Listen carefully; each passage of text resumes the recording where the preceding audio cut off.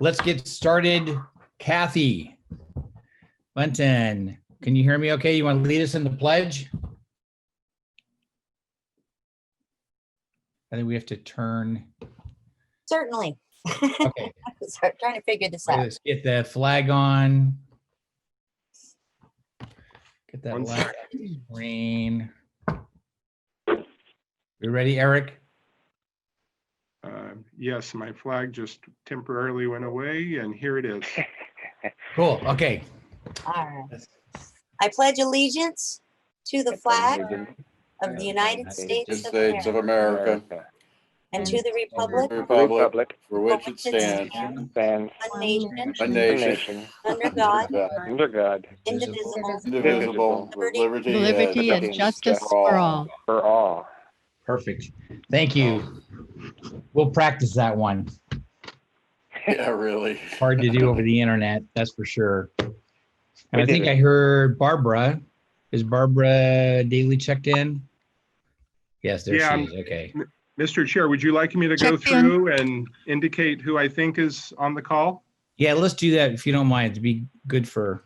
Okay, so records. Chair Mark Pruner, Yes. Vice Chair Barbara Daly, Here. Yes.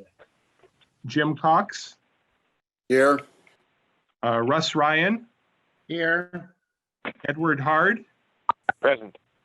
Jim Starr, Here. Kathy Bunton, here. Gilbert Labrie. Well, he's there. He's just on mute. And Lindsay Liebig. Here. Thanks, Lindsay. And I think I forgot, oh, Chris Elias, I'm sorry. Yes. And I see someone joined by phone with a telephone number ending in 5584. Would you like to identify yourself?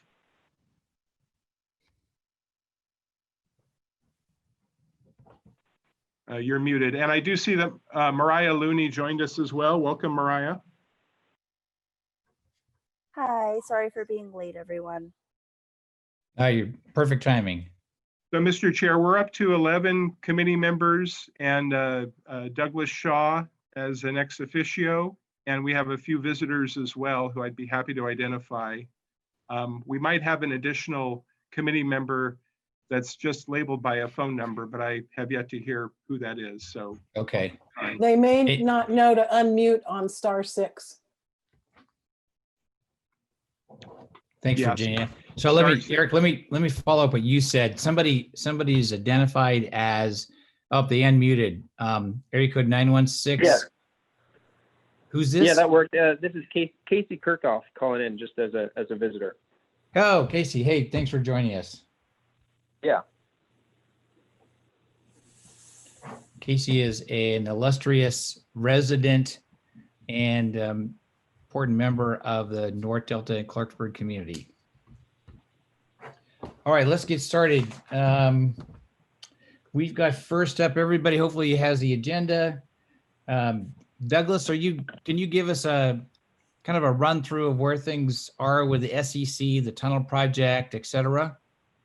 Yes, yes, my pleasure to share with you. Well, first of all, I have to PowerPoint. And basically, I make the report into 4 sections, but it will be short and brief. Don't worry.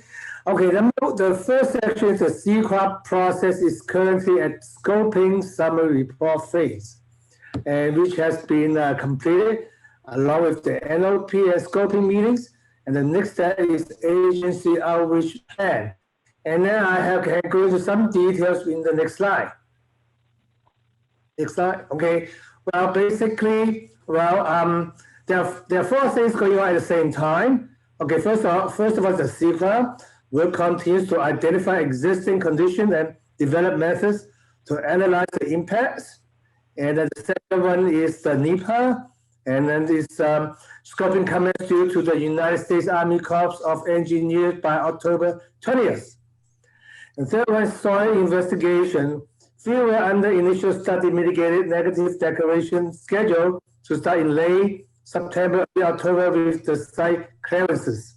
And actually, some of my farmer friends, they have received letters from the DWR urging them to sign the temporary entry permit And those that are already cited that they have referred to the state attorney general to get the court order if they need to. So they are really serious about getting into those sites to do their surveys. And then the last one is the community benefits. And the DWR is developing a framework for community benefit discussion with the SEC to start in December. So that would be interesting to find out. I wonder what's in store for us. And that's about it for this item. And then we can move to the next one. Okay, the next one is to the Delta Conference Project. They are doing the Environmental Justice Community Survey initiated by the DCA. And this is the advertisement they use to get people to take the survey. So they put emphasis on taking care of the interests of the disadvantaged communities. So that's why they have this nice log picture for the advertisement. Next slide, I have more details.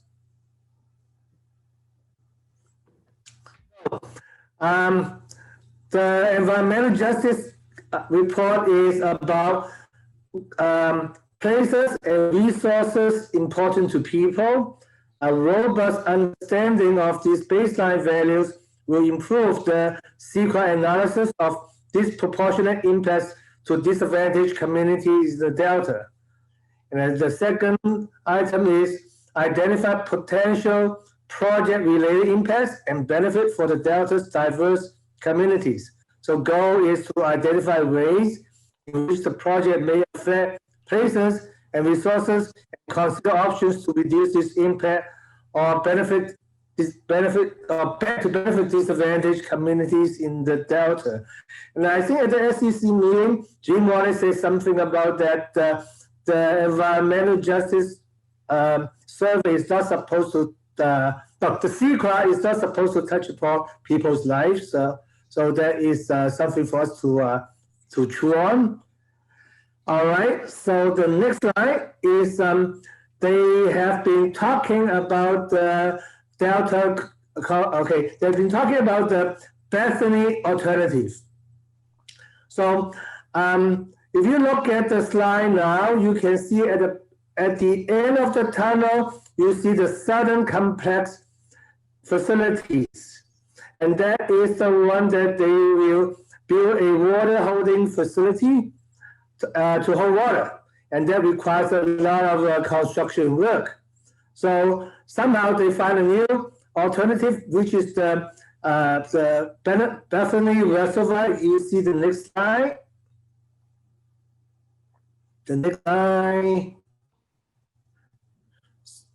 Okay. Okay, so next slide in the bottom, you see the Bethany Reservoir. So they, instead of building a new complex, they're putting a Bethany Reservoir, and they're putting a lot of study to make it materialize. So this is the thing that they were concentrating on at the last meeting. And after at the SEC meeting, they were talking about because the intake 3 and 5 is going to be dangerously close to Hood, therefore, and the resident of Hood is complaining that they are not being paid attention, they don't get enough attention, and therefore they have created a new position, a new SEC public member position, and they have already asked Gia Moreno to join, and some of you probably know her uncle, Mario Moreno, and he is the president of some local Hood organization. And so that is concludes my report. Wow, very good. Gia, I'm really glad to see that Hood is getting representation, and Gia is, I think, she would correct me, but I think she's a 5th generation Hood family resident. So she's very well spoken. So that sounds like a really good addition to the committee. appropriate person for the position. Yes. Yes, that's really important, especially for Hood. Thank you, Douglas. Does anybody have any questions of Douglas on his report? Douglas, let me just add that just so I want to make sure everybody's up to speed on this one point is in December, the water contractors want to start discussing in earnest this community benefit agreement. So I can say that this is an agreement that's somewhat governed by statute, and they're seeking to have by contract money that they would put in. That money by the contract would be administered and spent on specific projects in the Delta. It's one of the ways they're trying to mitigate the negative impact of the tunnel project on the Delta. So I'm believing that'll be a robust source of discussion in the next few months. So that is really important to pay attention to that. Yeah. In my view, anyway. Any other comments? Any thoughts? Wow, nobody cares. No. Totally false. Thank you, Douglas. Appreciate it very much. Thank you so much. Let's go on to Virginia. Virginia, what do you have for us, Virginia, on the update economic sustainability plan? And actually, Mr. Chair, while Virginia's getting the slide deck loaded up, I would note that Sam Garcia joined the meeting. Welcome, Sam. Oh, hey, Sam. So we're just missing a couple of committee members at this point, and we also have a few visitors, including Pat Clark from DWR, Deborah Kustik from the Delta Conservancy, Gary Prost with Congressman McNerney's office, and Amber McDowell and Casey Kirchhoff. So welcome all. So before I hand it over to Virginia, just a little reminder about the Commission's Economic Sustainability Plan. This was mandated by the 2009 amendments to the Delta Protection Act and the passage of the Delta Reform Act also in 2009. And it directed the Commission to prepare an economic sustainability plan for the Delta that would help inform basically how to protect and enhance the unique Delta values as the Delta Stewardship Council was putting together the Delta plan. So the original ESP was adopted by our commission in 2012. The statute says that we are to review that every 5 years. We had embarked a couple of years ago upon a review of the agriculture chapter, and now we're reviewing the recreation and tourism chapter. And that's the lead into Virginia Gardner, the program manager on the commission staff, who's leading the work in this regard, along with a consultant team. And I'll turn it over to her. Thanks, Eric. Everybody can hear me, I hope. Yes. Well, good evening, everybody. Nice to see everyone or see everyone's name or hear everyone, including the new members of the Protection Advisory Committee. In this presentation, I'm just going to mention, I may repeat some basic information about the Delta in case some of the newer members may be less familiar about some of the specific Delta protection related factoids that are out there. So just to, sorry, make sure I get my, so why are we doing this update? Well, as Eric said, there's a legislative directive that we will prepare and update it. We also want to assemble the best available current data. Obviously, an economic sustainability plan needs to rely on current economic data and current valuation of visitation and emerging trends. And we also wanted to make sure that we're providing data-based recommendations to the commission and to potentially to the Stewardship Council. The desired outcome, obviously, is a sustainable, thriving Delta recreation and tourism economy. And we just want to mention that this update gives us an opportunity to listen to Delta communities, look at the data, and craft a response to the key issues and trends that are influencing sustainability of recreation in the Delta, especially those that will be the most helpful to the economy. Some of the milestones since the 2012 ESP include, of course, the designation of our national heritage in 2019, which was really exciting. And I think kind of has breathed new life into what we are going to be seeing for the recreation and tourism economy going forward. The Delta Marketing Task Force, which some of you participate on, which included a website, signage, logo, and branding. And then our efforts with the Great Delta Trail as well. So we were all set, in fact, to begin our planning outreach efforts on the Great Delta Trail when the COVID-19 closures hit us. So those have been a bit postponed, but we're hoping to start again in 2021. And then we've also updated a number of studies and surveys since 2012. Those you can see on the screen there. Basically over the last 5 years, pretty much starting right after 2012. So what are the latest trends and numbers? Well, the picture isn't terribly rosy. We found marinas in the Delta have decreased since 2008. We're looking at recreation-related drops in the primary zone. A lot of this reflects national trends. Participation in most popular Delta outdoor recreation categories has declined significantly since the 1990s or leveled off. Since 2000, within the Delta's market area, for example, boating vessel registrations are also down by about 24%. And state parks reports have indicated that activity days for common Delta recreation activities have also dropped.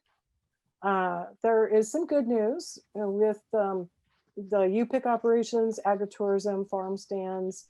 Those have all increased in the 6 Delta counties since 2002, with associated increases in income per farm. And then, of course, many wineries and tasting rooms have also opened. So one thing to mention is during the COVID-19 pandemic, there have been reported increases in close to home outdoor recreation, including boating, fishing, camping, and walking in natural spaces and parks. There just isn't any predictability about whether or not those increases will continue or go significantly upwards.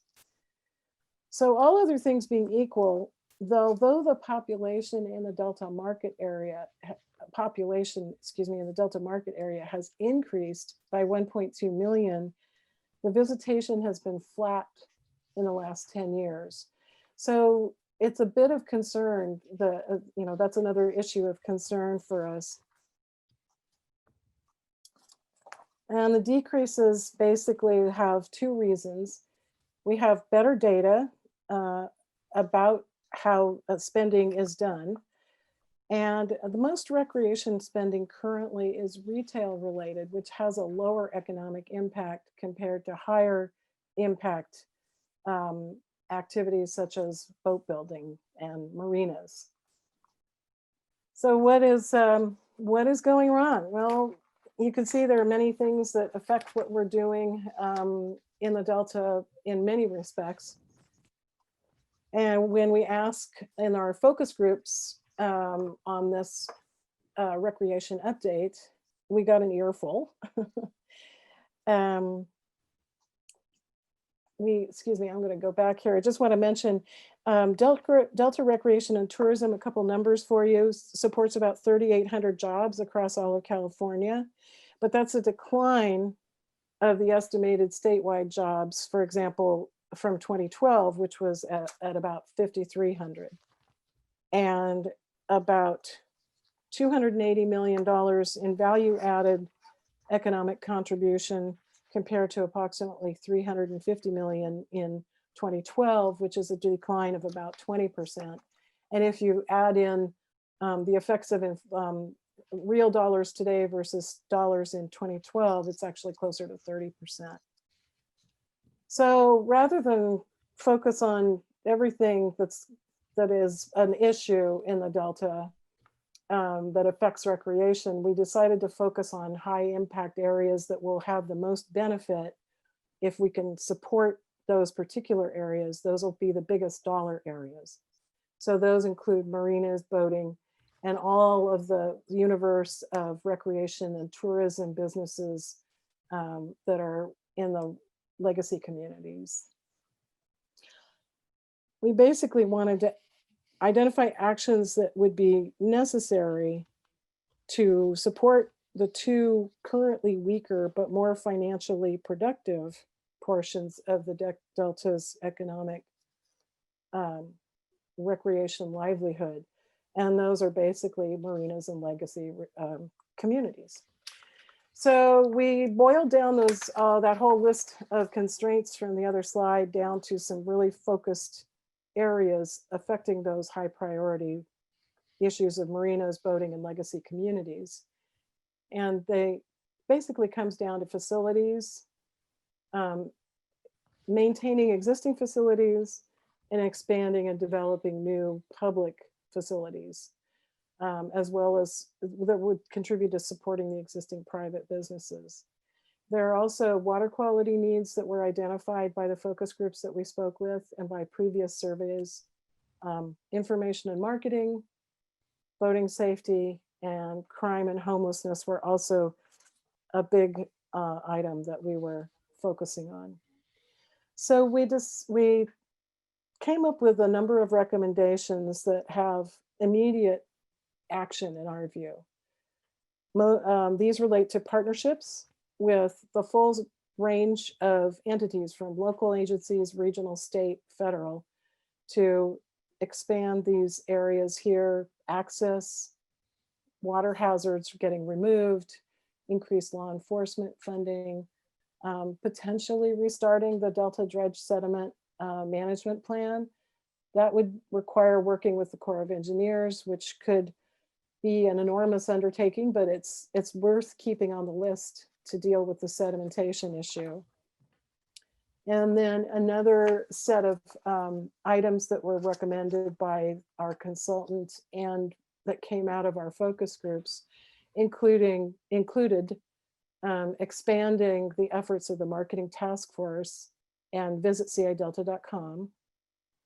And then and obviously implementing the Great Delta Trail, the National Heritage Area, but we also wanted to start thinking about how could we potentially help local legacy community businesses to deal with permitting and planning assistance and some of these other issues.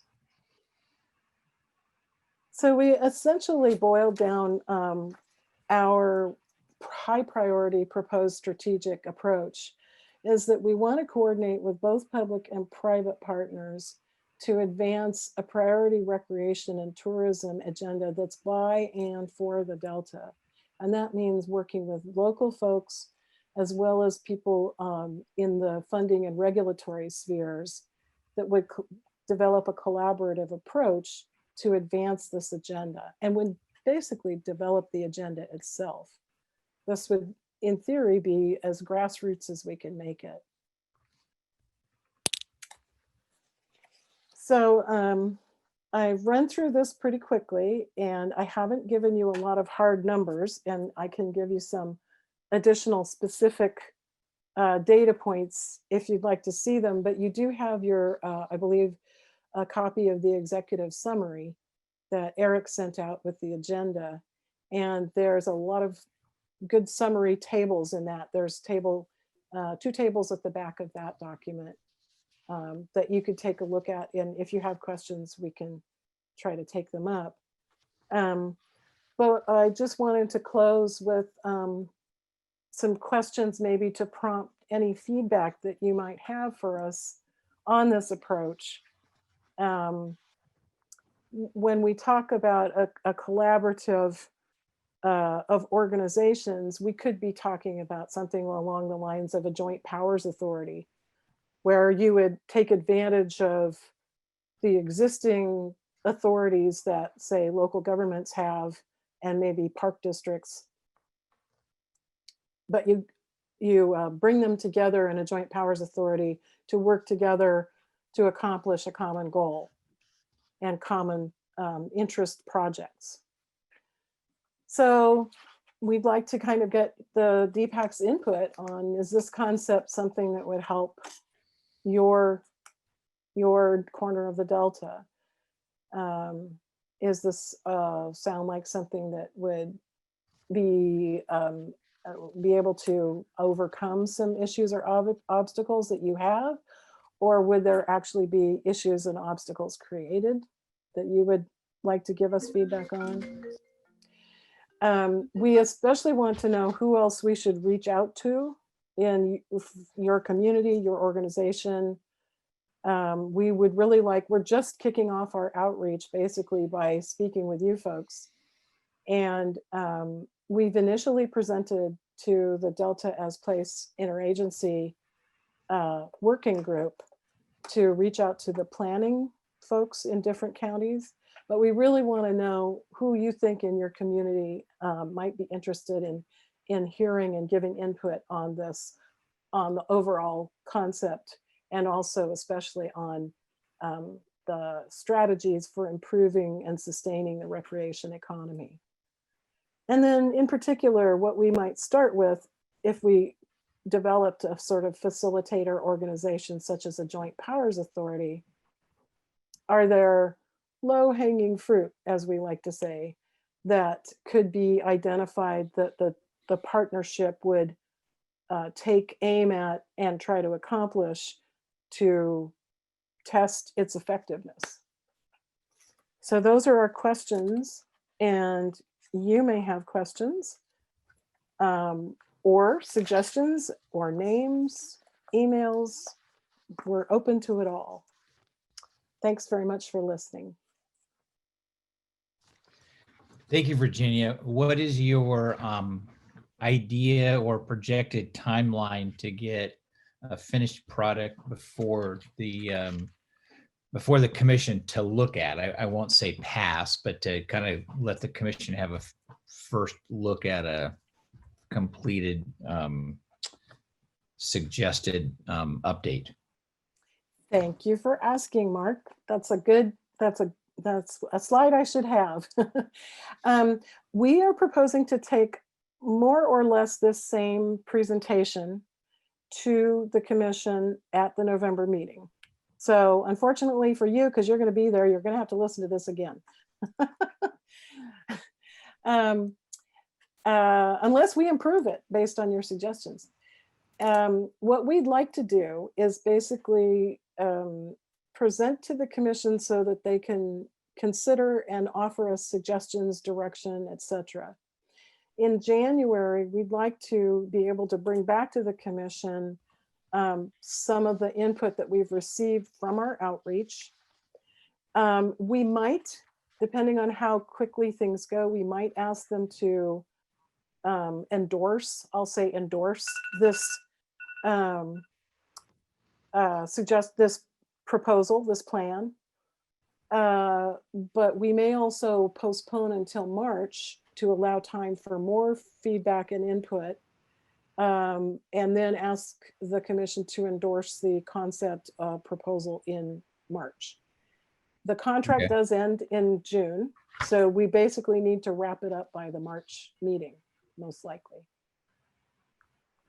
On slide number 2, third bullet point, you say your objective on the third bullet point is to provide database recommendations for effective responses to key issues and trends.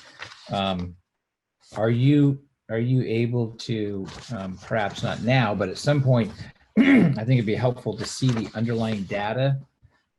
For example, the decrease in marinas in the Delta by roughly, I'm doing some quick math here, I'm probably going to get this wrong, but by roughly 13 to 14%.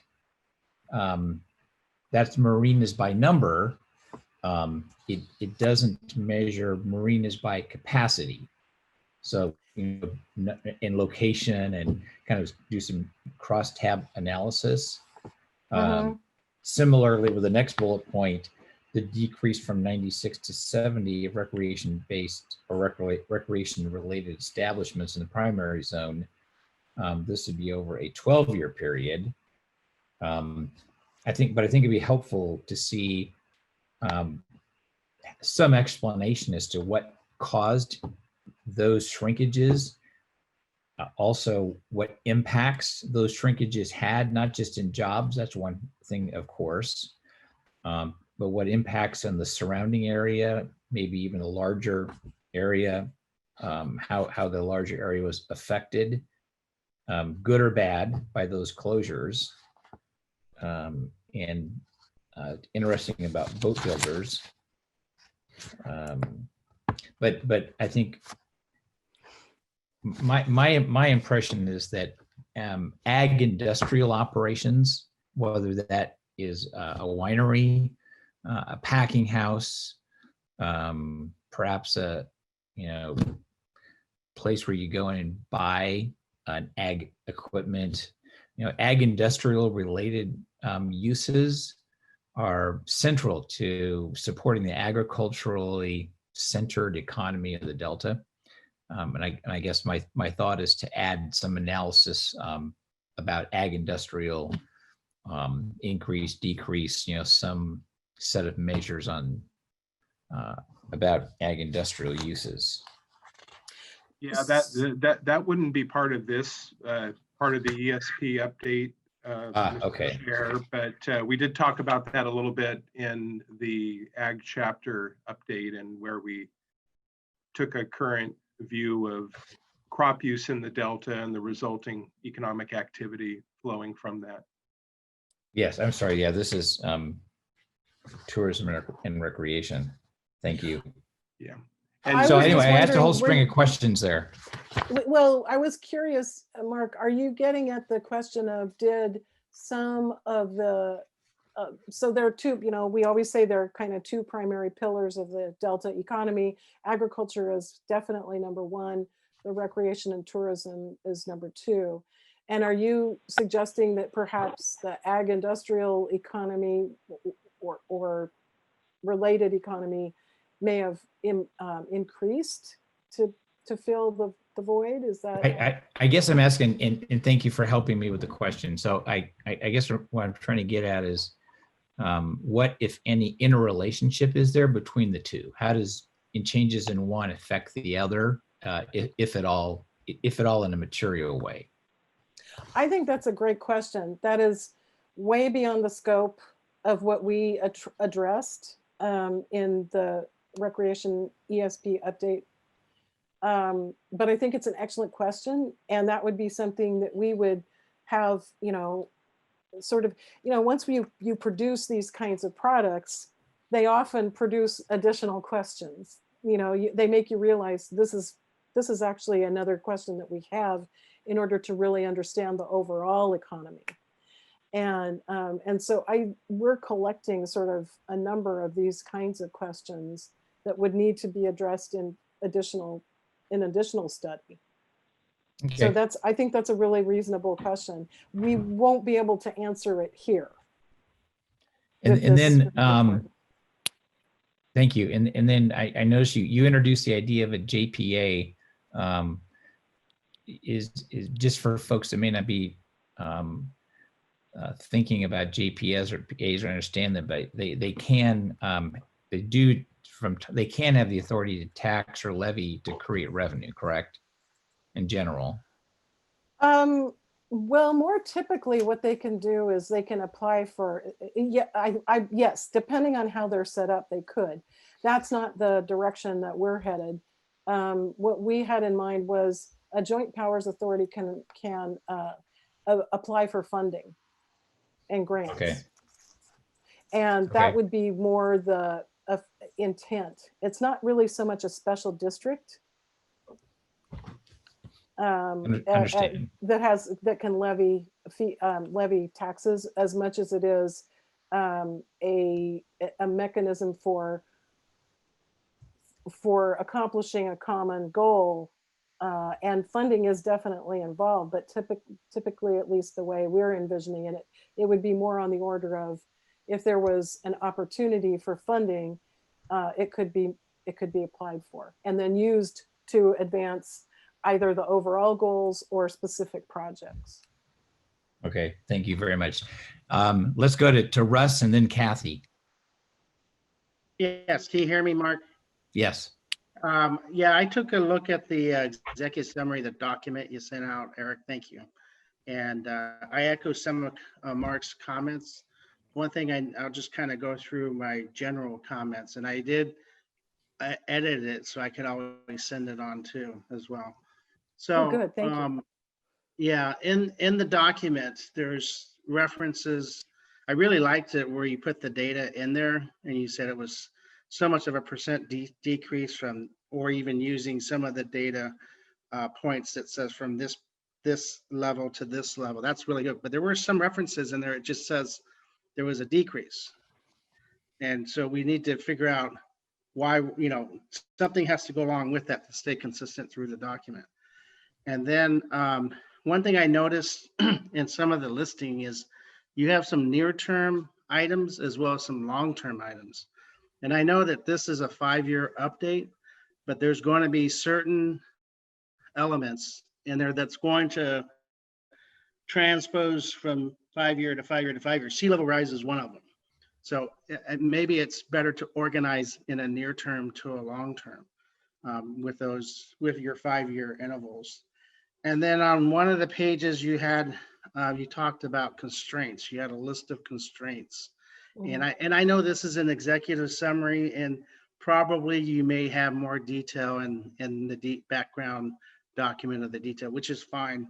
But it might behoove to have just if there is supporting documentation to those constraints, maybe a reference to that, or just a sentence or two that describes in each one of those particular elements what those might be. And overall, I thought it was a pretty good approach in terms of updating the numbers as it relates to tourism and recreation. I'm an active boater in the Delta, so I can certainly identify with some of those challenges and decreases. So that's generally my comments, and I may have some more. And if it's all right, Virginia, I could put those as a highlight strike in the document as well. Yeah, absolutely. And I would like to encourage anyone who has questions along those lines. This is all super helpful. As you know, economic studies are expensive, and you can only do so much at a time.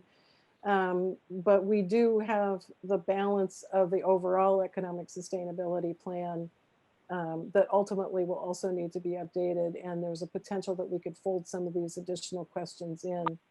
I did just want to mention the chapter itself. It's chapter 8 of the economic sustainability plan. The revised chapter with additional updated economic data, the chapter is about 110 pages, and then there are several appendices in addition. So we didn't want to dump you with all of the facts, but the facts are out there, and the draft document is being prepared for accessibility right now, and it should be mailed out either with the packet for the commission or the following week of the commission meeting. And it will be posted on our website. So if you are interested in delving into some of the appendices that have the numbers, they will be there. But Russ, I think your point is helpful about, there's that balance of executive summary versus, giving enough information to get the point across versus giving too much information and people's eyes glaze over because it's too much. Yeah, info. exactly. And I know you mentioned this. I'm really apologize for asking this again. I think Mark asked this question, is what is the timeline that, and didn't you say March to take this whole package before the commission? Is that what you're thinking about, or? That's a possibility. It will either be January or March. Okay. We do need to take a, or in theory, we would need to make a full report to the commission so that there's closure on this contract by June of 2021. But I'd like to allow enough time for the outreach to take place to really get people's input. And anybody so you will be getting notices about additional workshops or whatever format that we do outreach. And so anyone who wants to participate in addition, we would very much appreciate your input. And I will also add with the JPA, my experience with JPAs, it makes and I think Virginia, you described it very well in the sense of there's a common goal amongst the members of the JPA, but as my experience from a public agency perspective, JPAs make it a lot easier to pay for things, contracts, other things. And you can do things in JPAs you can't normally do without going a laborious type process in other state or federal processes. It really is a way to to be able to do more things without adding a whole lot of cost to any one entity, any one local government or whatever, and also without creating new government, which is what we want to avoid. Yeah. And the other last comment I have is on foundations. Is there any value to not list the specific foundations, but reference to, because a lot of times foundations love to get into areas to promote startup funding. And there's, I think there's at the corner of Highway 12 and 160 over there where there's the market, they have a plan to develop that into some kind of educational center. And I see a foundation just jumping all over that to help start that up. It takes only about $2 million, as I heard about a year and a half ago, as a startup, and a foundation I think would jump all over that because they get some pretty good marketing advertising out of it as well. Very good. Thank you, Russ. Those are good comments. Kathy, you're next. What do you got? Yeah, thanks, Mark. Yeah, I have a couple questions, Virginia. So when you say recreation-related establishments, what types of establishments were you guys looking at? I'm assuming marinas and outfitters, stuff like that. What else would be included in that? Well, basically, it included boating, not only boating facilities, but also tour outfits and museums even. It was a pretty broad range. And it included not just for-profit, but also more non-profit type operations, such as a museum would be, or an educational program. Okay, great. Basically, part of the economic study was to take categories that are DUNS related categories of certain things, so that we could get lists of what was in the Delta, and that's basically what was used to measure from the previous 2012 list of facilities and establishments to what is existing now. Would that include like parks too?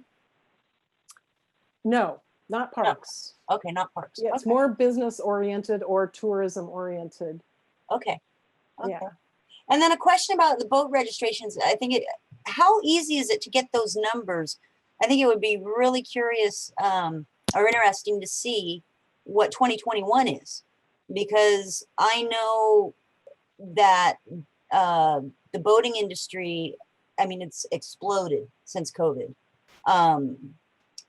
Major boat dealers have been sold out of $100,000, ski boats. I personally, even after being shut down for 10 weeks and with the fires and the heat and having to close down, I've doubled my business this year. So things, I mean, that area, the boating, I think has really increased due to COVID. In talking to my paddle sports network, they're expecting it to continue through 2021. And hopefully it will continue to grow after that. But I would just be interested to see what the difference between this year and 2021 in voting registrations. Is that something that's easy to get, those numbers? I think it is. I don't know if it's easily obtainable by the public, but I can let you know what the response to that would be. That's my ignorance. The consultants, that's the part that they've done. Okay. But I believe that it's publicly available. I just don't know. Can't tell you exactly off the top of my head. Right. It's basically DMV information. Okay. And then in regards to this, like the feedback, I'm curious as to who would be in charge of dredging public marinas. Is that the Army Corps? Are they in charge of any kind of dredging? They would be permitting any kind of dredging. They would also be a potential sponsor of a public. Right, because I'm really curious because I know the Antioch Marina has some issues with sedimentation. And I don't think Martinez isn't included in the Delta, right? The No. Martinez facility. So anyway, yeah. And then, but Pittsburgh, I'm pretty sure since Antioch's having that issue, I'm sure Pittsburgh is too. And those are both public marinas. But and they're in the secondary. They're in the secondary zone of the Delta. Yeah, in the secondary zone. Yeah. And the Army Corps, they could sponsor or help with that. I misspoke. The Army Corps doesn't really sponsor. They're the federal sponsor, but there's a local sponsor that would have to apply for the permit. Okay. And that would be say City of Pittsburgh or City of Antioch. City of Antioch. And so that would be okay. Because I'm just curious because there are issues. I know that the marinas such as Antioch and Pittsburgh with maintenance. With, I mean, these facilities were built back in the 80s. Sure. And I know that they're under these huge loans that they're basically just paying interest on. And I was told that they were unable to refinance those loans. And I'm just curious if there's a way, for the state to work with these marinas to be able to refinance those loans, free up some cash and do those maintenance, issues. This is all great information. And I don't know if either Eric or Eddie may have been around when the long-term management strategy was still going forward, but maybe we may not have time to delve into that. But this sounds like this is really good information for us to add to our list of follow-ups for the outreach and the kinds of issues that might be addressed. Yeah, that would be great. And then just one more thing, as far as low-hanging fruit, I know that there's a lot of restoration projects going on throughout the Delta. And I think that's a great opportunity to provide public access, whether that's putting in, a human-powered launch, boat launch or trails. But that's just something I think that's I would personally think super easy to accomplish, to get through, to partner with these restoration projects and tie them in with public access. Great. Very good. Thank you, Kathy. Really good. Any other questions of Virginia? Mr. Chair, not a question. This is Eric Vink, but I should have noted earlier, we do have the capability of recording this meeting, and so this meeting is being recorded. I missed my AT&T notification at the start of this meeting. So I'm not sure what we're doing with this recording, but we're recording the meeting. So just so you are aware, we will let you know if we intend to use it for any commercial purposes. We won't, but we'll let you know if we have any other use for it. But thanks for reminding me about that, Jim. Welcome. I have a question. Yes, Oh, Gil. Sometimes question it's concerning me, and I don't know, it kind of comes out when I see community, and it kind of bothered me when I heard Douglas talking about going out and finding some way to buy off the communities and keep them happy so we can put in the tunnel. But in terms of community outreach and getting community input, I mean, I think I don't know how, it's not easy to get, but this is really a diverse community, and there's actually a bunch of people living in the Delta because of its ambiance that work outside the Delta, that are retired and don't work. And you got to get some of their input too, somehow, because I think that it's missing. You talk about recreation, we can talk about ag, and you can talk about culture, but you know, there's a bunch of people here that, well, and I live here and I work in the Delta, but I've been here 50 years, and I've probably been here longer than anybody else sitting on this group. Nobody's ever talked to me. Well, we can talk to you. I've worked all over the Delta, so somehow the community input part needs to be stronger. Yeah, well, thank you for that. And I want you to know, Gil, that we're happy to talk to you anytime. But also on one of our focus groups, we had someone with those characteristics, a retired person who has actually been on the board of a, shall we say, a community organization that wasn't necessarily supportive of tunnels. You know, had a lot of really good, retired, had a lot of good input for us. And that was part of our recreation activity participants focus group. So any suggestions, Gil, that you want to provide? I think my email is at the end here. I should have given you that. There's my email. You can also find it on the website. And so I agree. We really want to reach the widest range because there's such a diversity of recreational activities in the Delta, including, you know, the wonderful pictures on the Delta News that are somebody taking a picture of the sunset off their back porch, you know. So I thank you. Well, any other questions? I know we're running a little over for this agenda item, at least our target number. Any other questions? Virginia, I just want to add about the dredging that dredging, I believe, is part of the Water Master's work plan, especially folks in the South Delta think that they've come up with some solutions that will help move dredging forward, being environmentally sensitive, and using a larger, more collaborative approach to the dredging question. So just a thought to tap into what's going on with the Water Master. Sure. Hey, Mr. Chair. Yes. It's Eric here, and I'm glad you mentioned that. That effort's really been more focused to date on moving water and getting water to siphons and pumps. But it's a reminder that that's an issue for recreational use in the Delta.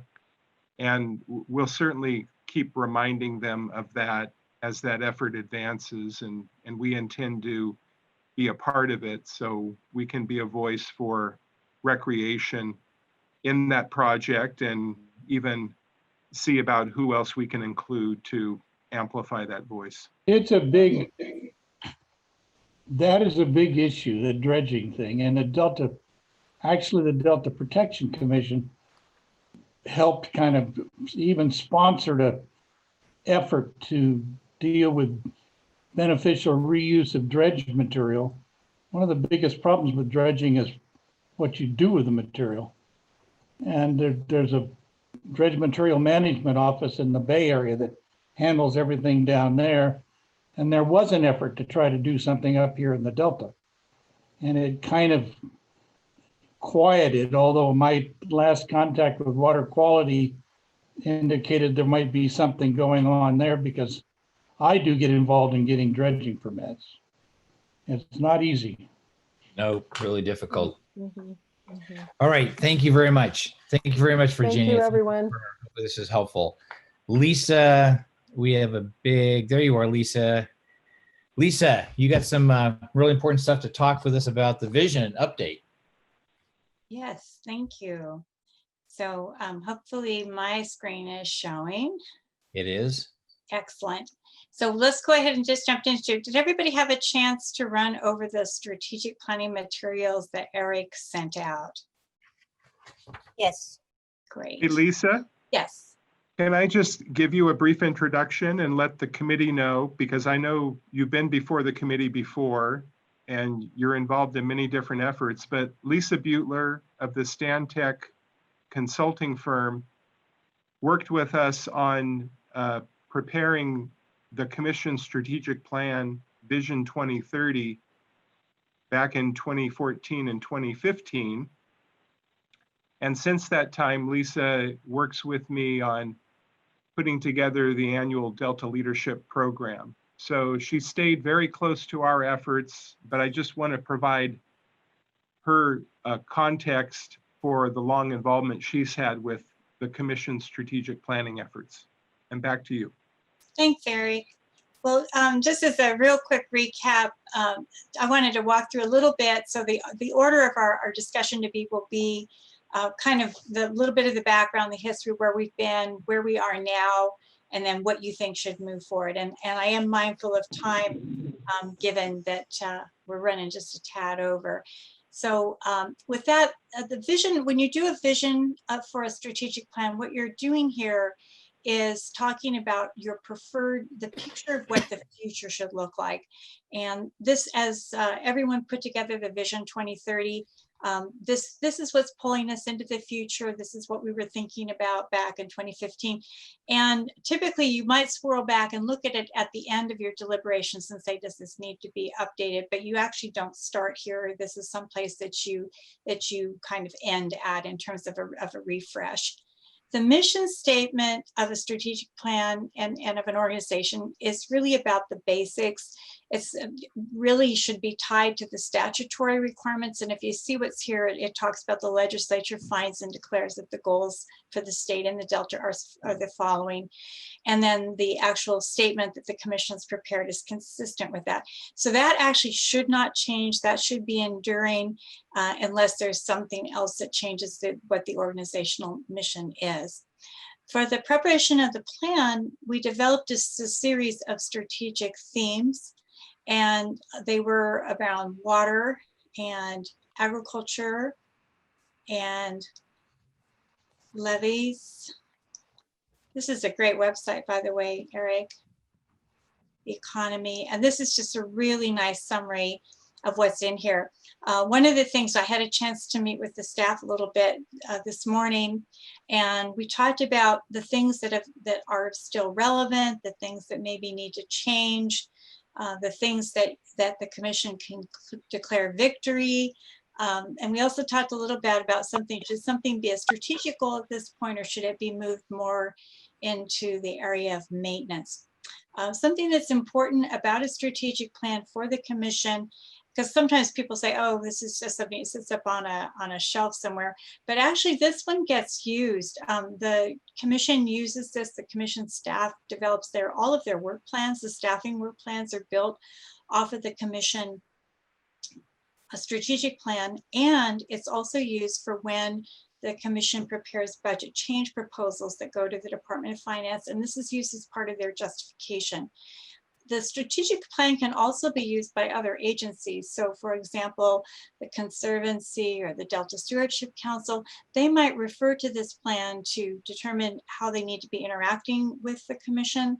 And they might also include that as part of their own budget proposals to say, we'd like to partner to move forward to accomplish some of these types of things. So I'm not going to dwell on this, but however, what the staff did was, as I said, was work through this morning, found those areas where there have been accomplishments, where there may be a need to reduce some retuning. Some things are just out of date. You know, they reference certain laws that were passed, and those things aren't at this point not relevant. So we would encourage you, and you can certainly work with Eric and Virginia and others on this, just to let us know if there are things on here that you would like to see updated or suggestions or something like that. So I'm going to take you back to the other document. So we're talking a little bit about the current state. And so it's just like a checkpoint, the status check. These were the update goals that were prepared: sustaining and enhancing economic drivers, fostering new opportunities, protecting and promoting cultural treasures. And I could kind of all can read, so I won't do that for you.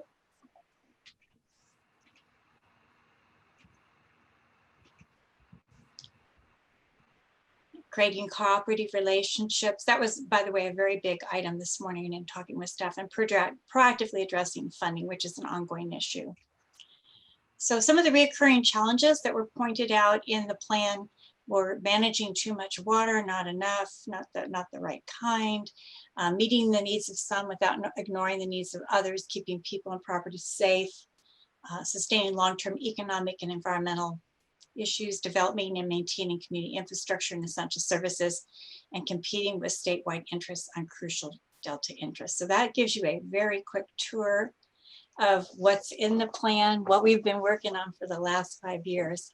And so the question that was posed in the pre-work, what, if anything, is dramatically different from now into the future from the time when the first plan was written? And Mark, if you don't mind, could I just start with you and ask you your thoughts on what, if anything, is dramatically different? So give me, I'm thinking about it. My question is, what date would you consider me 2015. think about? So what, if anything, is dramatically different from now? From 2015. From 2015, yeah. So different from when we wrote this. So what's different now from when we wrote this? And so what's different now and will be different moving forward? Number one, the tunnel project. And it's not just the fact of one tunnel versus two, but the fact that we've got a new organizational group of folks that the water contractors have reorganized. They're much more sophisticated. And it's a different animal than what we were looking at 5 years ago. And that's a huge elephant in the room, as it were. Number two, I think that I think the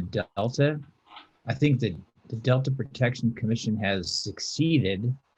You talked about where can we run victory laps. I think that's a really important part of this. Maybe it's an appendix item, but let's look at what we did as part of the vision of where we go in the future. So I think my perception is that the people, a much larger percentage of the population, A, knows the Delta exists. B, of those that did know it exists in the past and that's it, now have a favorable, positive view of the Delta.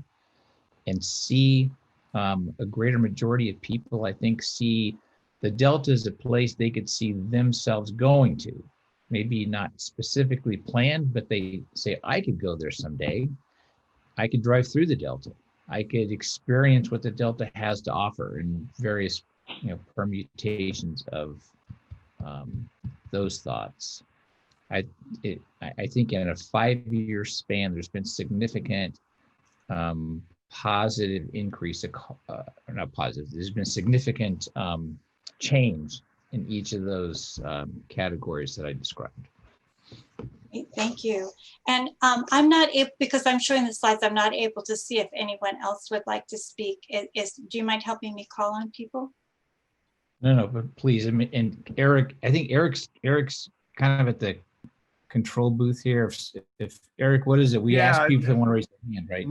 No one has their hand raised, but people can certainly unmute themselves and speak up, or you can raise your hand and I will report that. And we can also call on people. We could call it people. I know Russ Ryan always has something to say. Gil always has something to say. All Gil, right. Hey, Gil, what do you think? What's changed in the last 5 years? Not much. But besides what Mark has said, I mean, clearly agriculture, crops, there've been some real dramatic changes in what's been grown out here and what leaves here and what comes in here. That's been significant. In terms of course, you heard about recreation because of COVID, and it really has the people here. I mean, that clearly has been an uptick. And then of course the other aspect of the old marinas falling apart and going out of business. They're not able to survive for various reasons. Are we basically talking about the primary zone and not, or is the secondary zone? Well, the strategic plan addresses the primary and the secondary zone both. Well, they're clearly two different animals. Well, what would you like to say about that? Well, I don't know that much about the secondary zone because I do all of my work primarily in the primary zone and live here. And the primary zone, I don't think, has not changed that much in the primary zone. Maybe a little on the edge in Rio Vista, but in general, the secondary zone more. Yeah, it's almost by design. Because I kind of wondered where the 1,200,000 population increase came from. It was mentioned earlier. That was not in the primary zone. Yeah.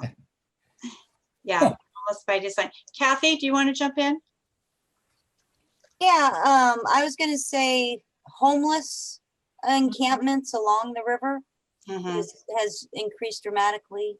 And then I would also say more blue-green algae outbreaks, more severe. Traffic has increased.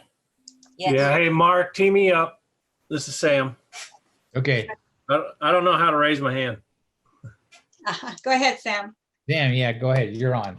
Okay. Yeah, I'd say my observations are traffic patterns have changed due to app-based mapping that's more ubiquitous now than it was 5 years ago. And, people finding what they think novel ways to get from A to B that route through the Delta. I'd say a second thing I've noticed is continued conversion of crops out of what was previously there into grapes, and a continued expansion of large and small wineries has been noticeable. This is anecdotal based on my personal observations. I guess those are the two things I just wanted to call out. Thank you. Russ, Jim? go ahead. I think, Jim, you have something?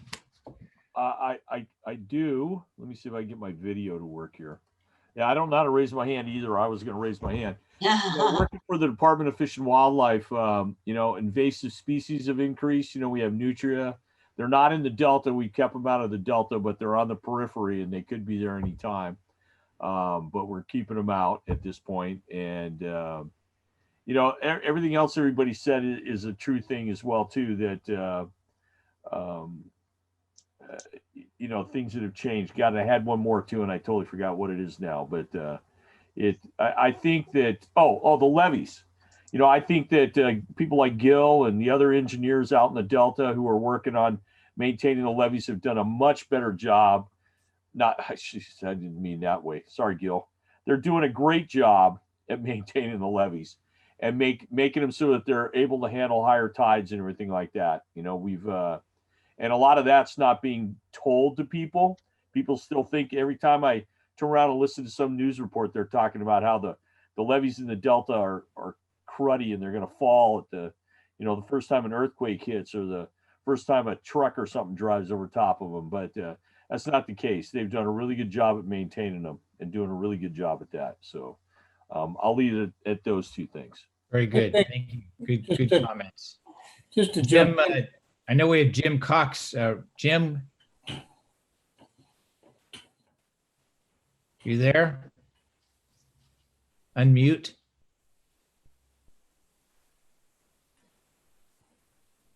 Jim Cox? Yeah, can you hear me now?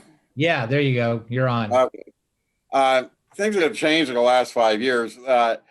I would say that, first off, fishing is not as good as it was 5 years ago, which, is going to decrease fishing license sales and everything else in that realm. And I think some of the reason for that, some of the reason for the lack of fishing license sales and like that is all you hear when you see news reports and stuff is, oh, the fish are all toxic. You can't eat them. You hear a lot of, misinformation about the health of the fish that are there. And I almost think that, between Fish and Game and the California Health Department, they ought to put out more information, that's accurate regarding the fisheries that are in the Delta to encourage people to come back and go fishing. Thank you. Very good. Lindsay, mess up. Lindsay. Yeah, I was just going to echo, we're going to continue to see cropping patterns change, moving into more of the vineyard permanent crops. But then also we've seen a huge increase in the Delta in agritourism. So not only just your wineries, but you also have your farm stands, U-pick operations, you have the Delta Trail, nonprofit that's working on doing that. And so you're going to see more of those agritourism operations and people diversifying their farms into having that, sort of separate, community type element to it. And we're seeing that a lot more in the Delta, I would say, than anywhere else in the county. So that's definitely a trend that I think will continue on an upward path, whether it's wineries, ciders, farm stands, U-picks, pumpkin patches, you name it. I think you'll see that continue to increase. Mm-hmm. Mm-hmm. Okay. All right, let's go down to the next question. What are the trends and issues that will impact the work of the commission in the next 5 to 10 years? So we've just talked about what has happened in the last 5 years, and there's definitely been changes. And it's quite possible that some of these things will be continuing. So let's go ahead and I'm going to pick up a new screen here. And once again, Mark started off. So the trends and issues for the next 5 and 10 years that we really need to keep an eye on. I think this is a hard one. There's two themes that are interrelated. One is an effective communication system among Delta residents and Delta interests. It's just, it always seems to be a struggle to get the word out, to get information in, to process, together. I wish I had a great answer on that, but I know that's a major challenge, possibly with 5G developing, that things might be helped in that realm by that technology. Too early to tell. Second is, I think that developing an esprit de corps, a sense of pride or a sense of among the Delta interests that, hey, we belong to the Delta. This is where we live. This is a great place. I feel like I've got something similar to citizenship, where you're kind of, this is my home. Certainly where we live in our communities, we feel that way, and we feel that way about the Delta in general. But I don't know. There's anyway, sort of a developing an esprit de corps, I guess, accelerating that. Everybody likes the fact they live here. I think everybody, but how do we channel that? How do we channel that as a team? How do we coordinate together to accomplish specific goals for the betterment of everybody? With the DPC, being the band leader or the conductor, as it were. I think that's a somewhat ill-defined, but I think if that could be accomplished, that'd be huge. Create a path for that. Certainly, as specific projects along the way are needed to make that pathway concrete.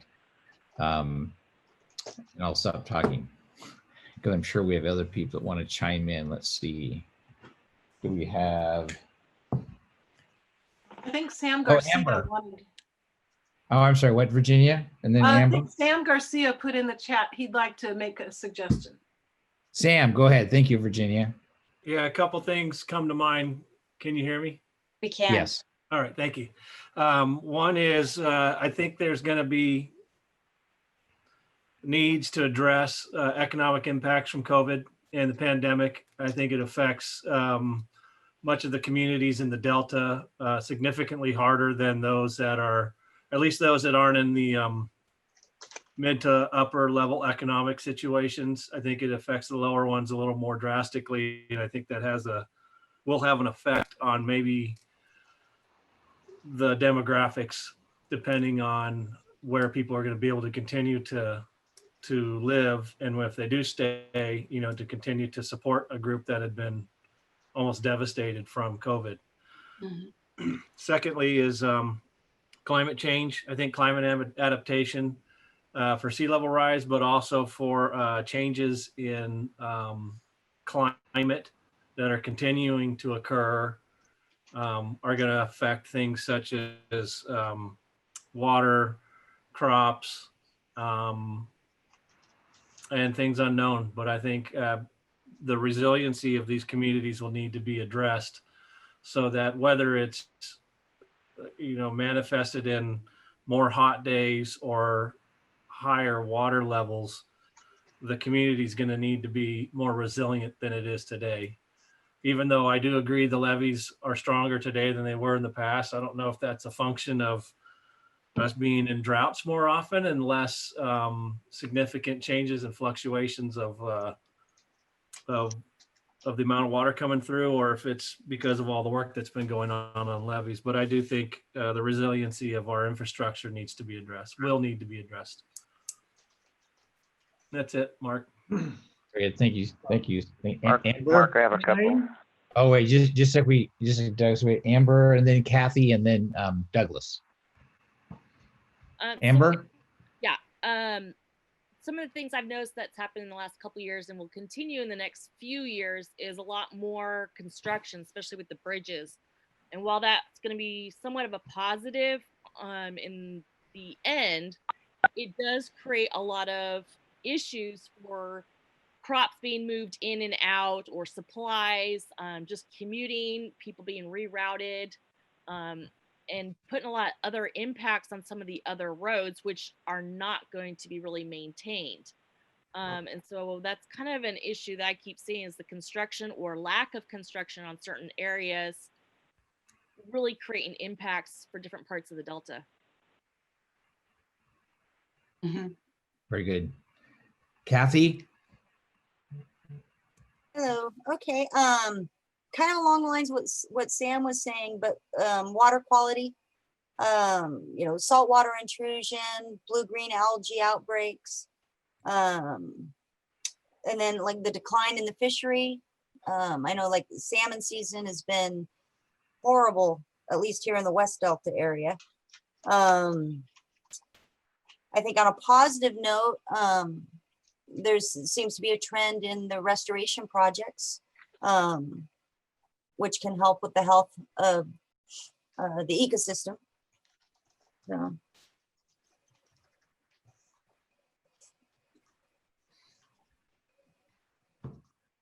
I'm Very good good. whenever. Thank you, Kathy.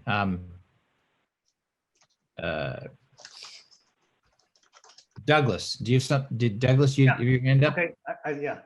So so we are talking about what has changed in the past 5 years. So I think what hasn't changed in the past 5 years was our IT capacity. The Wi-Fi in the Delta or the telephone signal is always deplorable, and we never see any hope. We don't see any talk about improving the IT capacity. I think that would be absolutely essential for the development of the Delta. Got it. Thank you, I have a Douglas. question, Mark. Yeah, Eddie, just let me, I have Russ. I'm working off my cheat sheet here, thanks to Eric. We'll do Russ and then Eddie. Yes, can you hear me? We can. Yes.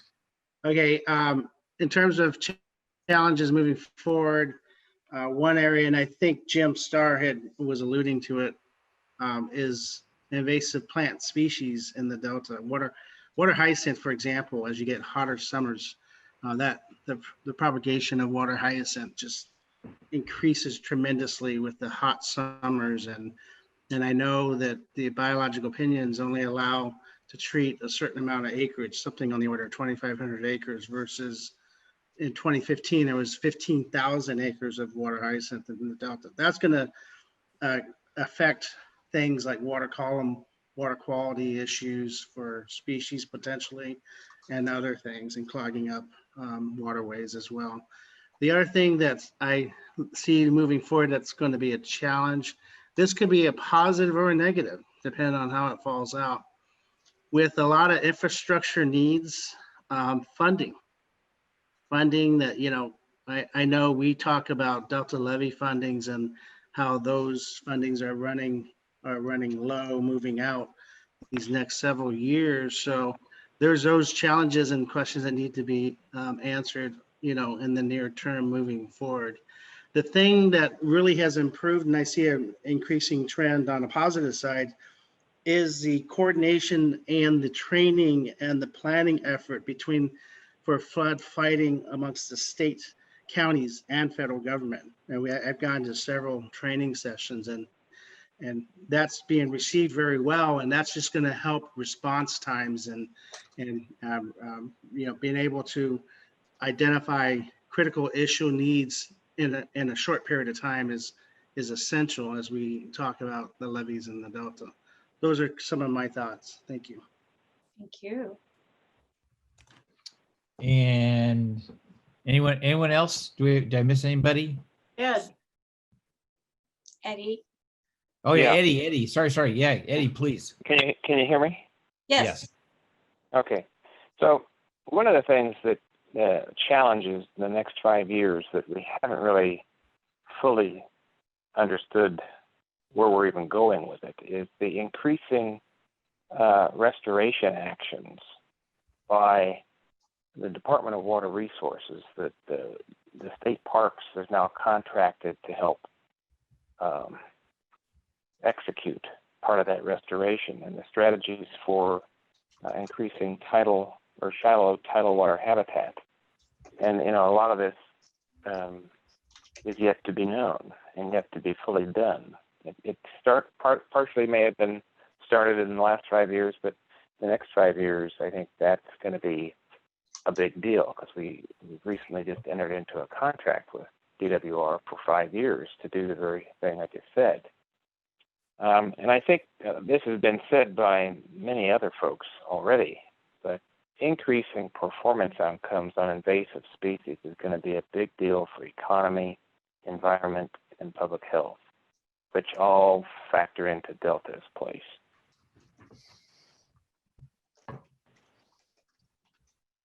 That's it. Very good. Thank you, Eddie. Great comments. Is there anyone else that has any thoughts or comments? Speak up. Don't be shy. Well, folks. Yeah, Mark. Yeah, go ahead. Who's this?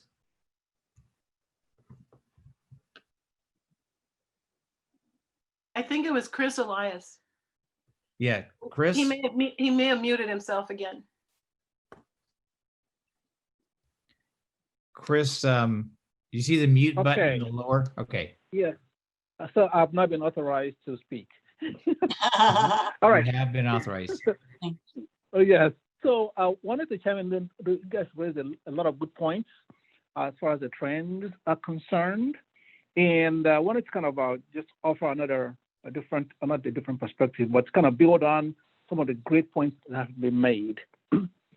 So the one area I wanted to touch on is obviously climate variability. It was touched on through the identification of sea level rise, as well as also the changes that are occurring in the ecosystem as a result of the warming temperature, and then changes in the water column as a result, which is good. But there's also the other part, which has to do with the flow of water into the system from the tributaries. The Department of Water Resources has projected now that the amount of flow coming down the San Joaquin River system is going to be triple the current flow that we have today. So then the question that becomes, in my mind, and this is going to happen in the next 20 to 40 years. So the question there in my mind is, okay, if we are addressing sea level rise, what are we then doing about the flows coming down the stem into the riverways? Does it have impacts on the water column or water quality impacts? Do they also have impacts on fisheries? What does it mean for fish migration? And then obviously there is the infrastructure implications of that, meaning then you have to build the levees to be higher and taller, to be able to handle the flows coming down the stem. So so we need to be looking at obviously the watershed inflow or inflow from the watershed, and what does that mean for this strategic plan? That's one. Then the other piece I also wanted to touch on is the progress. So I'm looking at this vision document, which is really nice, was very well done, high touch. But also we've been asked to take a look at that. This has been in place now for 5 years, and you're looking down the road for another 5 years. But I don't know, I've not been privy to looking at a tracking document or progress report that shows, the original document and what's been done since then. Is there a summary or progress report that someone can take a look at and indeed show that, in fact, we've been making some progress? So we can actually look at some markers and then find out if, in fact, some areas we can kind of check off and say, great job done, and then some areas that are still facing some challenges. And why do we have those challenges? Is somebody not listening to the items identified here? And if so, why are they not listening?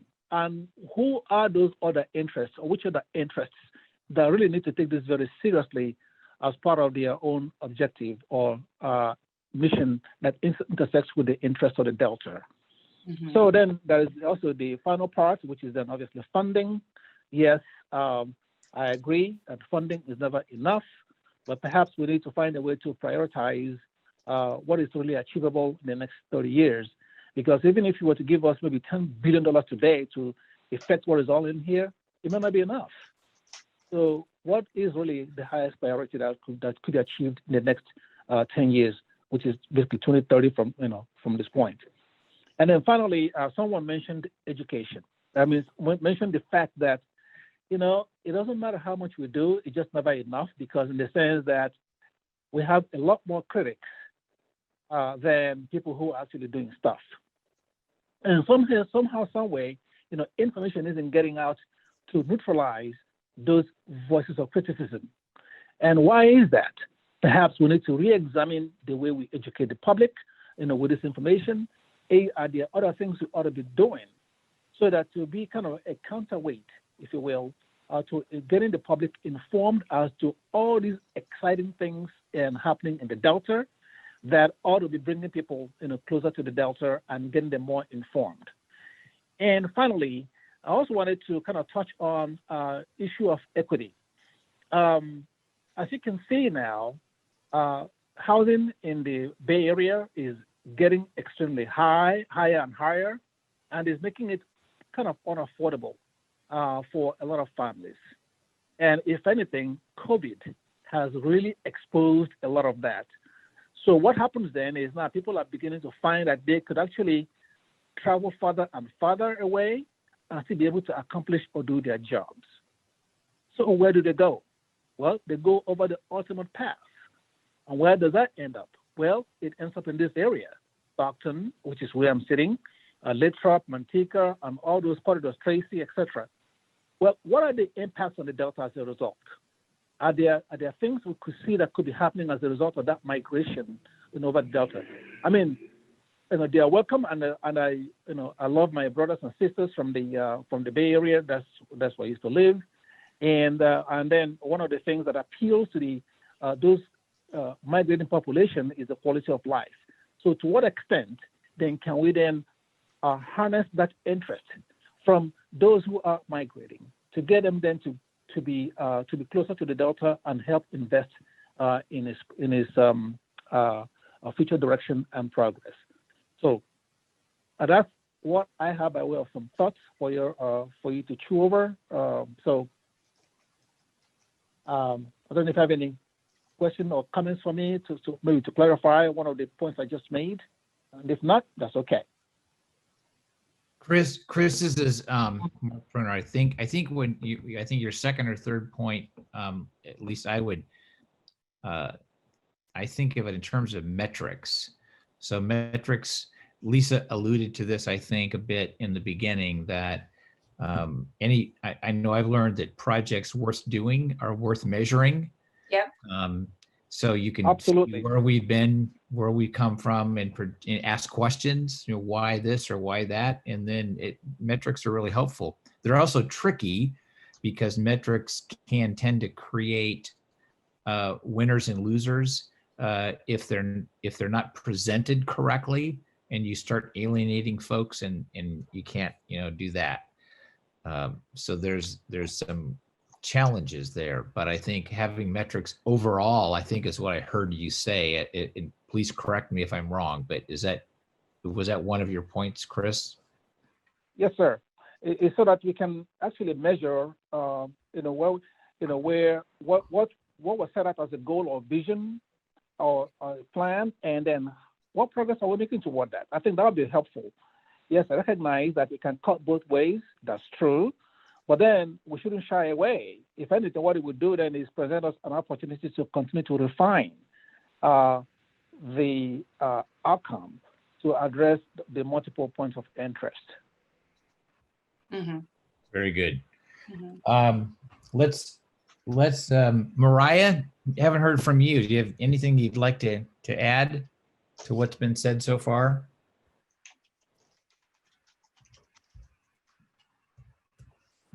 Mariah, are you, let's see, are you muted? No, I think we might have lost her. I'm sorry for that, Mr. Chair. Ah, okay. And Barbara Daly, are you still there, Barbara?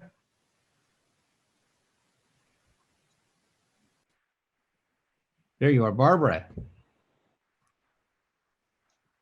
Barbara, you always have something good to say. What are your thoughts?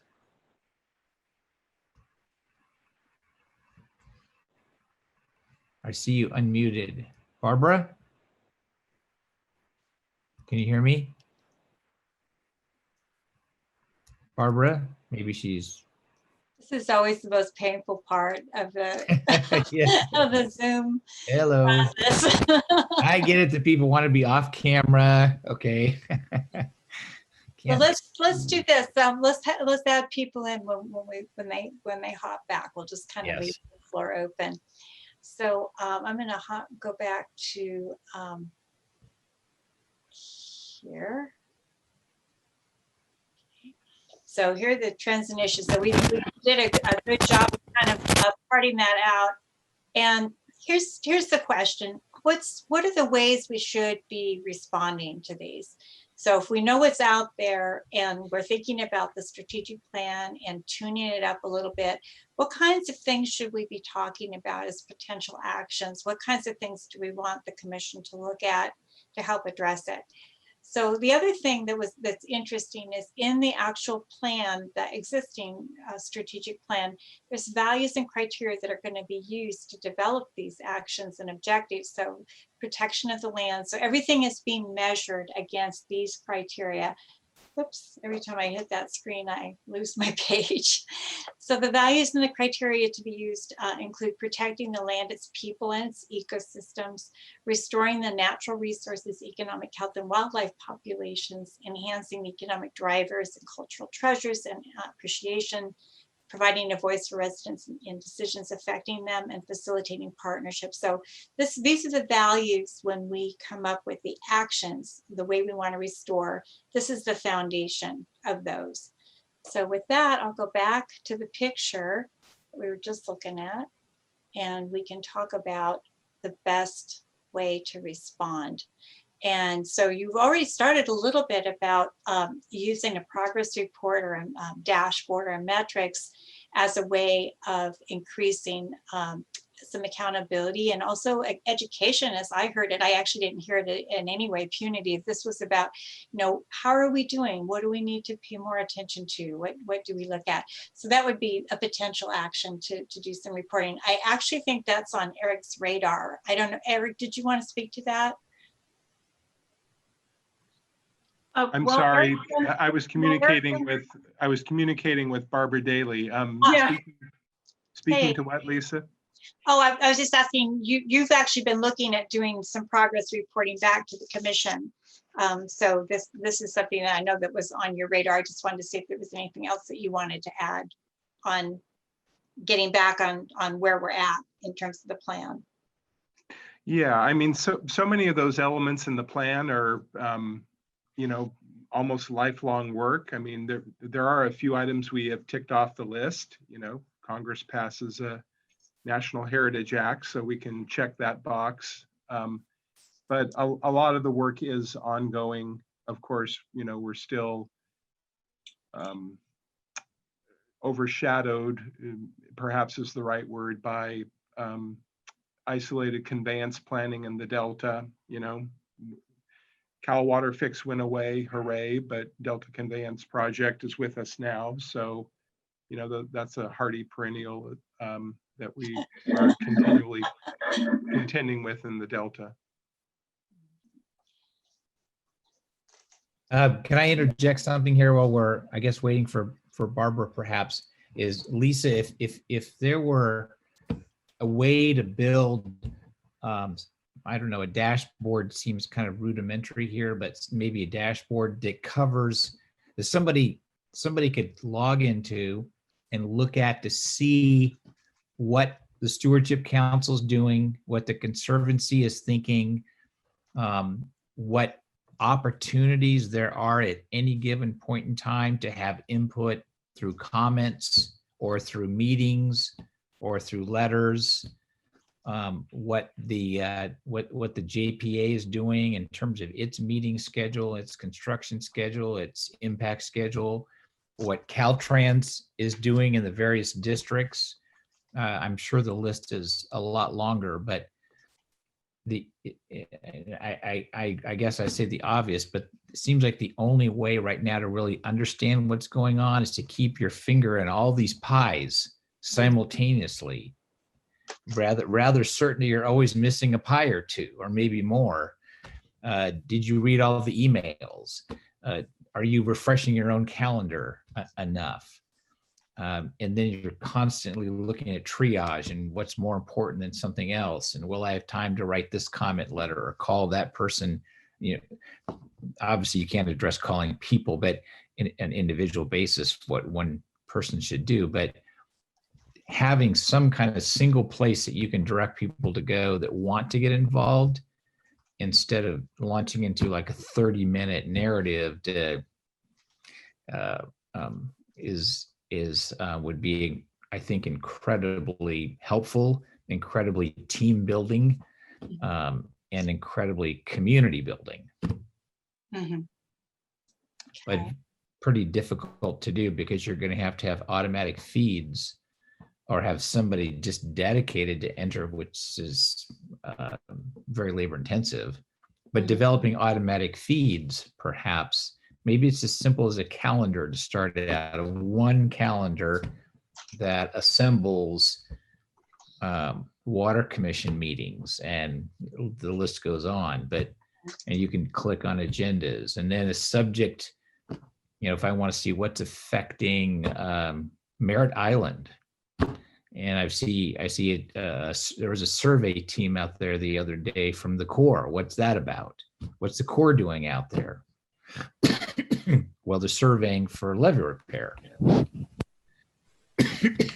Anyway, I'm sure you get what I'm saying. I do. Okay. So I'm going to go ahead and check in with the rest. I don't know if you were able to get Barbara on online or not. Can you hear me now? Yay, there you are, Barbara. Thank you. Good. Okay, great, thanks. I was trying to, so I have to back up just a second, if you would. And just two things that haven't been mentioned, all the other great things that people brought up. But there's going to be a lot more focus on the Delta Heritage part of the ESP. I think that's what we're talking about here. The strategic plan, it's page 14. Okay. So with the National Heritage Area, there'll be a lot of work around that.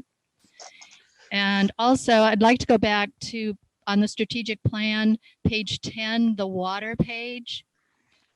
One of the objectives was to work with Delta supportive interests to identify alternative solutions for water supply reliability in California.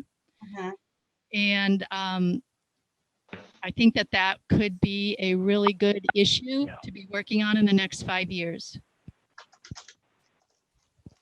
So that would be part of the trends and issues page. Thank you. Thank you. Thank you, Barbara. All right. And let's go ahead and keep going then. If there are things that people, so Mark's offered a couple of ideas of things that you would all like to see in the strategic plan moving forward. So these are the things we need to respond to. Are there things that we should be doing to address that in terms of updating the plan? Well, I'd like to talk about that. Just now, I think we were talking about the value and criteria for the future development. So what is our meeting of mind that for the development? I mean, do we want people to come here to spend a day fishing and eat at the restaurant and go back to their Bay Area? Or do we want people to come here and live in the Delta? And I think probably most people here would just prefer people to come here to spend money, but do we really welcome them to make a residential subdivision in the Delta? And so what should we include in the strategic plan? How would we capture this? I don't know, but I mean, because I saw you that say there's a question saying that the value and criteria for future development. So I think, I mean, I don't think we have a meeting of mind here.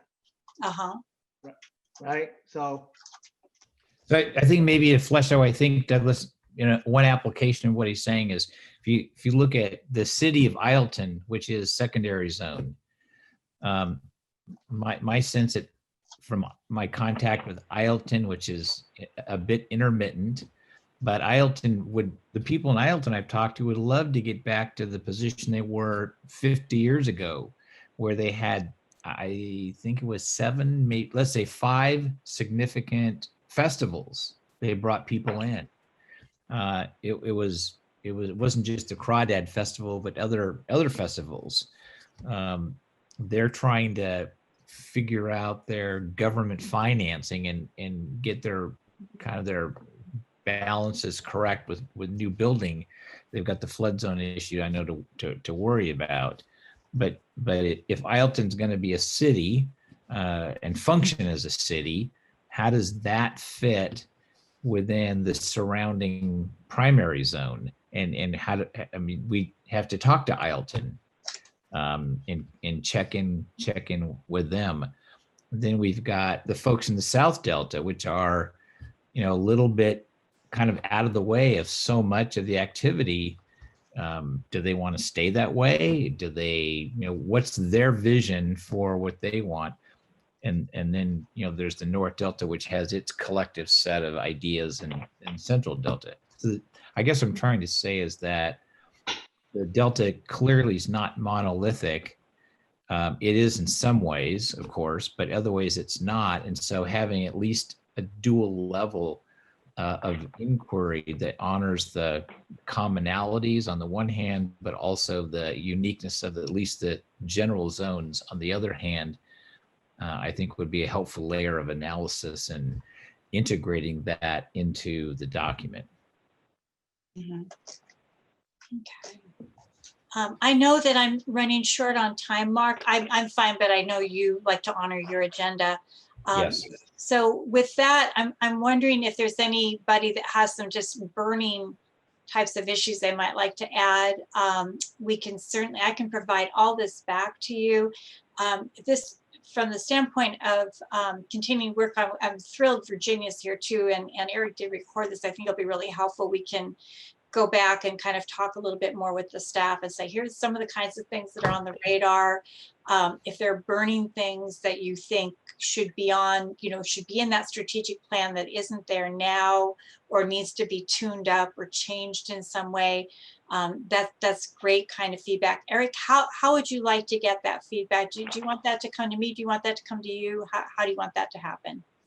I think either would be fine, Lisa, but I would be happy to collate for you, collate it for you and to send it along your way. Yeah. And I'm hoping, and I'll look for some feedback from you, Mark, but I'm hoping by thinking about it in this way about, we need to tune this up, and the way that we're going to tune it up is think about the future and think about the things that are on the radar in front of us.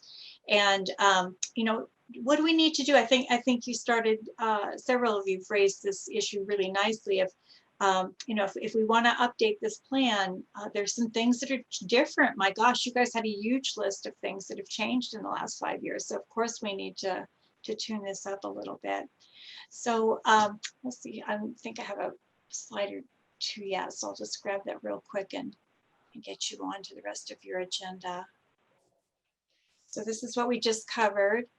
And if there were no barriers, are the top 3 things you'd like to incorporate in the plan? So we could maybe, if everyone wouldn't mind just thinking about it, dropping a note. Just if we had more time, we could do it, but I know we're getting real short here. And then what are the 3 things you'd like the staff to be bragging about? And what were the 3 things you'd like the commission to be bragging about? This is a really great way, or DPAC, maybe that's the question. So maybe I'll put that back to you, Mark, that the commission that the DPAC take that on. And what do you guys want to be bragging about 5 years? What do we need to get in this plan so you can actually do that? You can actually get to where you want to go. And so these are kind of themes. You actually already answered this. We did that through the chart. And assets. So if there are assets that you as DPAC can bring to the committee, this is something where we'd really like to know. And maybe I just come back at a future meeting and we kind of maybe pick some of these up again to get that. So that's basically it. Any closing thoughts? Well, Lisa, thank you very much. And can we ask you at some point, please, to consider coming back and sharing the next update or two of what you're thinking with us, please? Yeah, absolutely. And this is a team effort. So for sure to do that. So again, and we'll get these questions back to you, but what assets can you offer as DPAC? And which I think you offer. Let's just talk about community involvement. It's a really good example. One of the interesting discussions was, it says, community forums and ways for people to provide input. There's not a lot of easy ways for people to do that. And DPAC offers an amazing opportunity for that. And, strategic things, just bragging for that. So I will be happy to come back anytime that you and Eric invite me. Very good. And Lisa, or maybe Eric can, I think it'd be helpful if we're able to all get a copy of your presentation. Absolutely. And I'll get you the map. So. Trying to write as fast as I could. I'm sure I messed up. Okay. Could I step in with one quick question or addition? If you could also include how to avoid the meeting overload, because this is fantastic. But we know that especially folks, you guys are the participants. And so if you have any suggestions for how we, the commission staff, can avoid imposing on your time unreasonably, that would be so helpful. Thank you. Thank you. And Lisa, just one more curiosity question. Sure. What is the software? What is the software you're using to do the information mapping? Oh, that's called Mind Manager. And it's just a mind map, and there are different versions. The one I showed you is that I have a paid subscription for, but you can get even a free one if you don't mind not having a lot of ability to, like I was doing notes and stuff like that. So, but yeah, no, it's a great software tool, especially for this kind of brainstorming. It's really cool. I like it. I'm glad. Good question. I was thinking the same thing. I looked it up, Chris, when Lisa was doing her hieroglyphics. Yeah. So yeah, Mind Manager. Yes. All right. Well, it's 6:54. Eric, can I turn it? Wait, make sure I didn't miss anybody. Oh, Amber has a comment about the dashboard. Lisa, did you see that on your screen? I know because I'm showing my screen, I actually can't see it. So let's see, I'll stop sharing and then I'll be able to see. Yeah, I think it's just a comment that she wanted to make. It was just comments, and since it's short on that we time, got that. Great. Yes, thank you. That's great. I We can want see to it capture now. that. Yes, thank you. Oh yeah, great. Thank you, Amber. Very good. All right, I really want to try to get things ended on time. Eric, update? Yeah, I'll be real quick. Just a couple things I wanted to mention. The commission's next meeting is November 19th. It'll be on these squares here in Zoom land. And we will be bringing the National Heritage Area Management Plan Advisory Committee, which we've been receiving applications for, and even applications from some people on this meeting. So thank you for those who expressed an interest. So we are planning to bring a set of recommended appointees to the commission at their meeting on November 19th.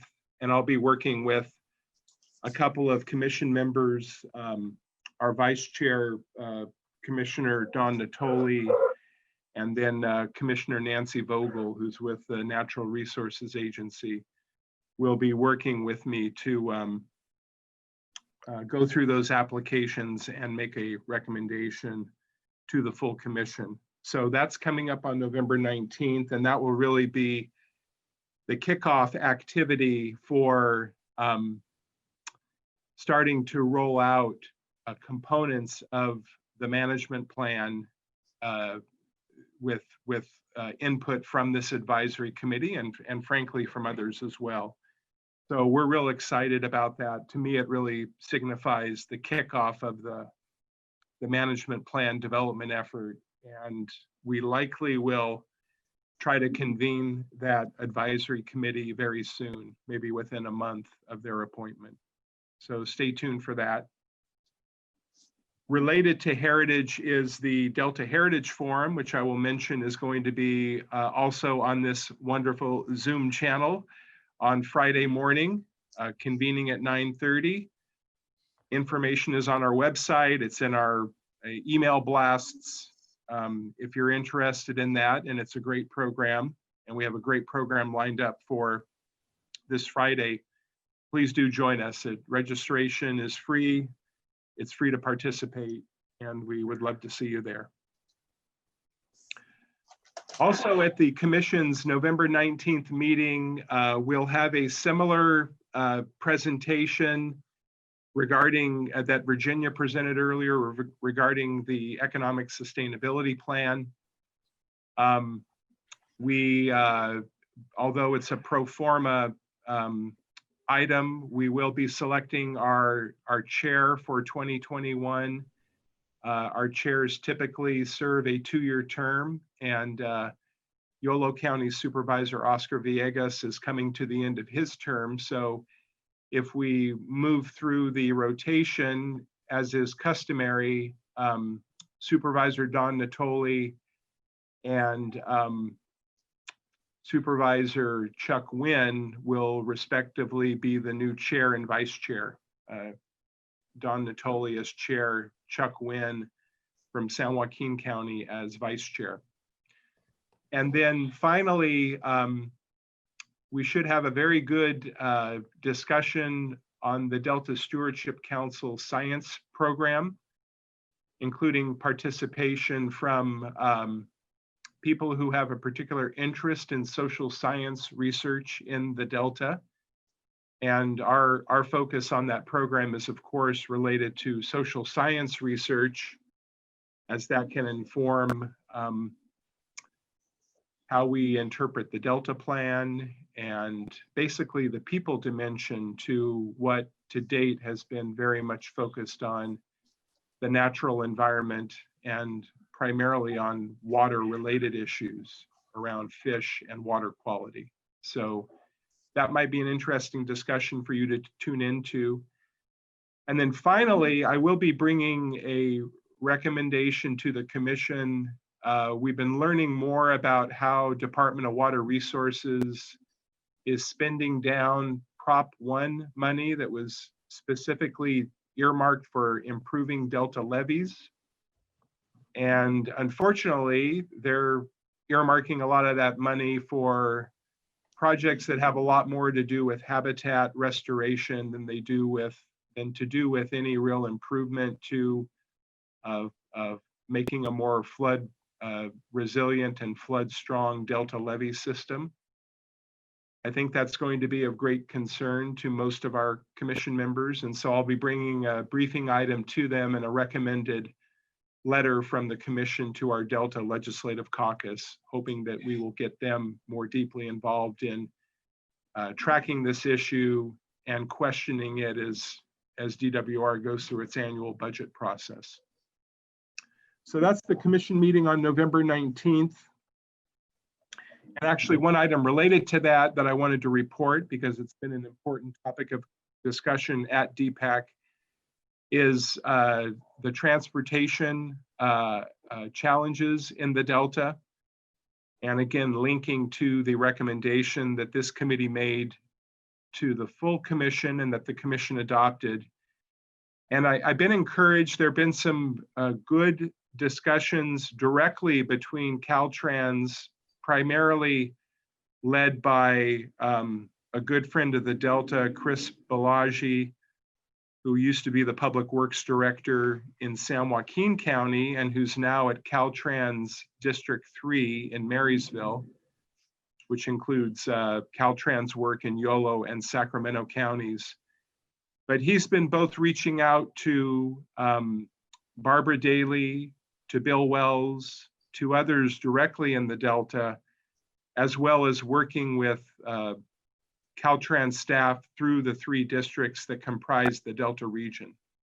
And that's really, I think, what we need more than anything is good coordination, good collaboration amongst the Caltrans districts working in the Delta, as well as that direct feedback that they can get from the region itself. So I'm still working to organize a forum, primarily working with our commission member, Dennis Agar, who's the district director for Caltrans District 10 out of Stockton. And I'm still hopeful that we can get that scheduled, but I'm really encouraged by these actions that have been largely spurred by Chris Balaji. And perhaps that's something that Barbara Daly in particular would want to speak to, because I know she's been directly involved with those discussions. So that's just the high points, but given the hour, I'll leave it at that unless there are any questions or unless Barbara wants to step in and add her own perspective on the discussions with Caltrans. Barbara, do you have any amendment or thoughts based on what Eric said?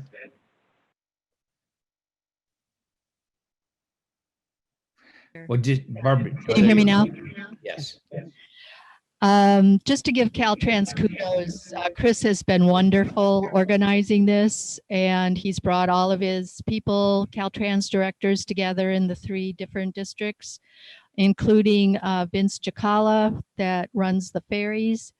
And we're learning what some of their problems are, but they've come up with one of their district directors is going to be the point of contact, and they're starting to send us information that we're putting on the California Delta Chamber's website of different issues when they know there's going to be construction or there's going to be a road closed or a bridge closed, letting us know. So they've already started to implement their plans, and so far so good. It's really great.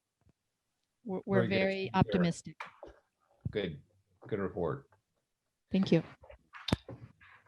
I just have a couple of things, and then I'll just kind of open up if anybody has any other announcements.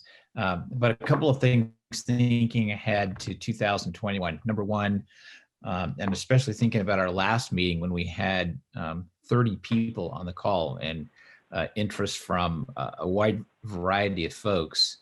I've talked to Eric about trying to think of how, when we go back to normal or new normal or whatever that's going to be, some form of in-person participation, how can we not just leave the public outreach component that Zoom has allowed for participation, and whether it's a big screen or whatever that might look like, we want to try to build on a broader participation and more opportunities to have input and discussion in here. So we're going to try to think through how we can make that happen when normal returns. Second, I think what I'd like to do is bring up at our next meeting, and I'm saying this now for you to think about, I'd like to in January set a meeting schedule for all of calendar 21, so we can kind of plan in advance with the idea that we meet roughly a week or two, typically before the scheduled commission meeting. That way we can have a fairly current, pretty good idea of what's going to be on the agenda for the upcoming meeting. Any input that we have would be as timely as possible, with enough time to both consider, to have input, and then allow staff to assemble that input so it timely gets in front of the commissioners. That was kind of the idea. But I want to ask you to kind of think about moving to a set schedule rather than going through a kind of a Zoom and survey process to set each of our meetings, starting in calendar 21. That's all I have. Are there any other comments or announcements for the good of the order? Anyone?